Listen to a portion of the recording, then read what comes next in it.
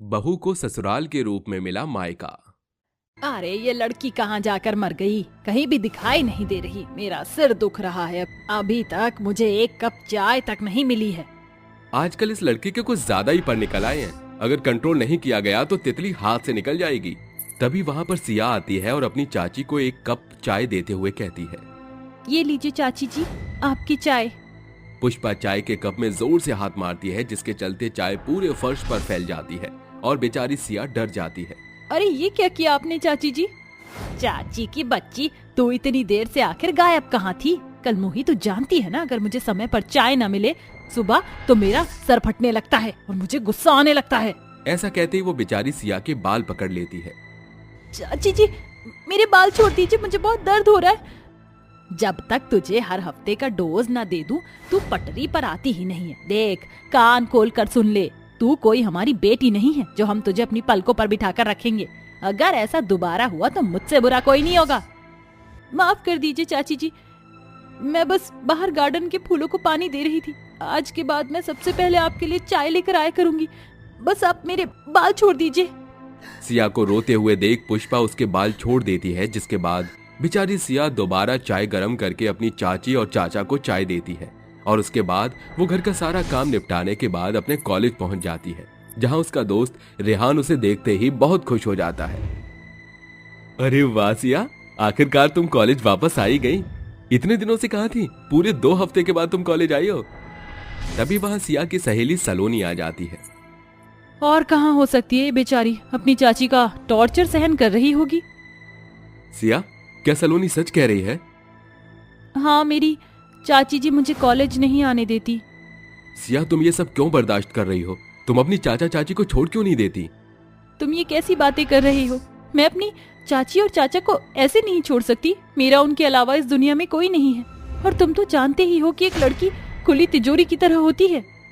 तुम सही कह रही हो, लेकिन रेहान, तुम मेरे लिए परेशान मत हो। मेरे चाची चाचा जैसे भी हैं वही मेरा परिवार है। ऐसा कहने के बाद वो अपनी क्लास लेने चली जाती है। कॉलेज खत्म होने के बाद जब वो घर पहुंचती है तो उसके घर पर कुछ मेहमान आए हुए होते हैं। अरे आओ आओ मेरी प्यारी सी बिटिया, आ जाओ, हम सभी तुम्हारा ही इंतजार कर रहे थे। ये लो जी, हमारी बेटी भी आ गई। यही है हमारी प्यारी बेटी सिया। अरे भैया, आपकी बेटी तो बहुत खूबसूरत है। मैं ऐसी लड़की से शादी करने का मौका नहीं खो सकता। मुझे ये रिश्ता मंजूर है। प्रमोद अधेड़ उम्र का आदमी था।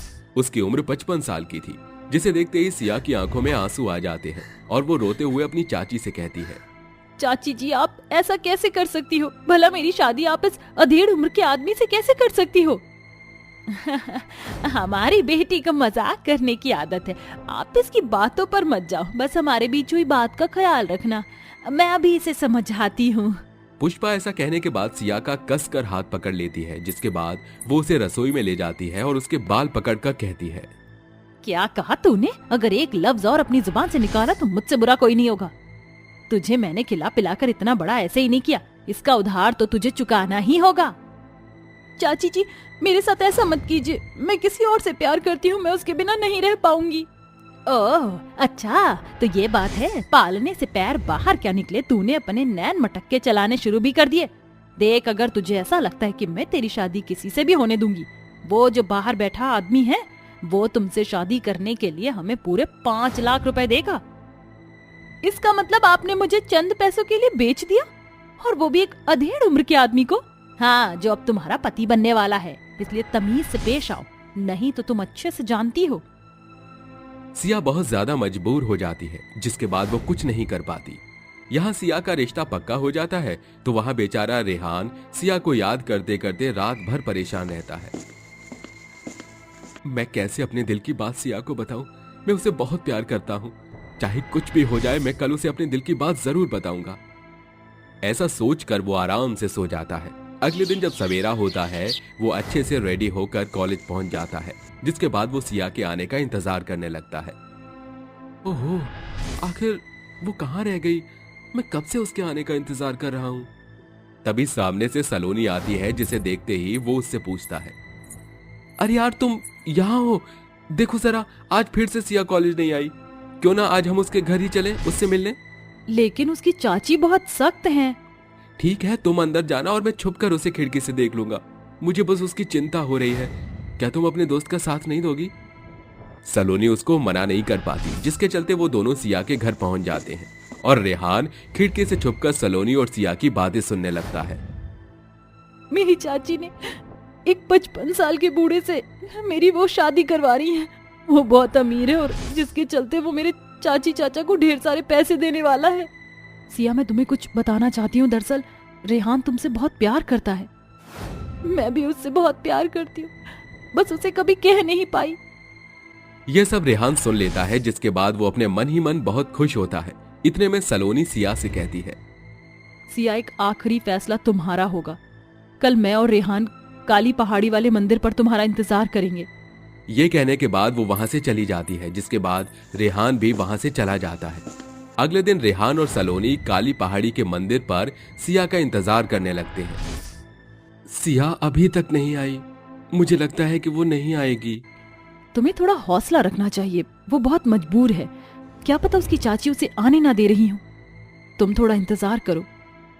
सलोनी की बातें सुनने के बाद रेहान सिया का इंतजार करने लगता है। इंतजार करते करते सुबह से शाम हो जाती है और रेहान रोते हुए वहां से जाने लगता है। चलो सलोनी, मेरा प्यार यहां नहीं आएगा। रेहान जाने ही वाला था कि तभी वहां पर सिया आ जाती है, जिसके बाद रेहान की खुशी का कोई ठिकाना ही नहीं होता। सिया रेहान से शादी कर लेती है। मैं आज बहुत खुश हूँ क्योंकि पहली बार मैंने अपनी जिंदगी का पहला फैसला लिया है और तुमसे शादी करके मुझे बहुत खुशी मिली है। चलो सिया, अपने ससुराल चलो। नहीं, पहले मैं अपनी चाची और चाचा का आशीर्वाद लेना चाहती हूँ। हाँ हाँ, क्यों नहीं। सिया रेहान के साथ अपनी चाची के घर पहुंच जाती है, लेकिन सिया को खुश देख पुष्पा बिल्कुल भी खुश नहीं होती और वो उसे अपने घर से निकाल देती है, जिसके बाद रेहान उसे कार में बैठाकर अपने घर ले जाने के लिए निकल जाता है। मेरी चाची और चाचा ने मुझे स्वीकारने से मना कर दिया। मुझे लगता है कि तुम्हारे माता पिता भी मुझे घर से निकाल देंगे। अरे डरो मत, सब कुछ ठीक हो जाएगा। रेहान सिया को अपने घर ले आता है, जहां उसकी माँ शकुंतला दरवाजा खोलती है, जहां सिया अपनी सास को पूजा की थाली देखकर हैरान रह जाती है। शकुंतला अपनी बहू का अच्छे से स्वागत करती है। वहीं घर के अंदर आने के बाद सिया रेहान के पिता को फूलों से घर सजाते हुए देखती है। ये क्या आपको पता था कि मैं रेहान के साथ शादी करके घर आ रही हूँ? हाँ बहू, रेहान हमसे कुछ नहीं छुपाता। उसने तुम दोनों के आने की खबर हमें पहले ही दे दी थी। माफ करना बहू, हम दोनों को ज्यादा तैयारी करने का समय नहीं मिला। अगर पता होता कि हमारा बेटा तुम्हें अचानक ही घर ले आएगा तो हम थोड़ी और अच्छे से तैयारी कर लेते। नहीं माँ जी, आपने जो भी किया उसकी तो मैं कल्पना भी नहीं कर सकती। सिया की आंखों में आंसू आ जाते हैं। नहीं बहू, रोने की जरूरत नहीं। तुम मेरी बहू से ज्यादा बेटी हो। मैं अपनी बेटी की आंखों में आंसू नहीं देख सकती। सुना था ससुराल में बहू का जीना हराम हो जाता है, लेकिन मेरा ससुराल तो मेरे मायके से भी अच्छा है। उस दिन के बाद से सिया अपनी एक जिंदगी की नई शुरुआत करती है और अपने मायके जैसे ससुराल में बहुत खुश रहती है।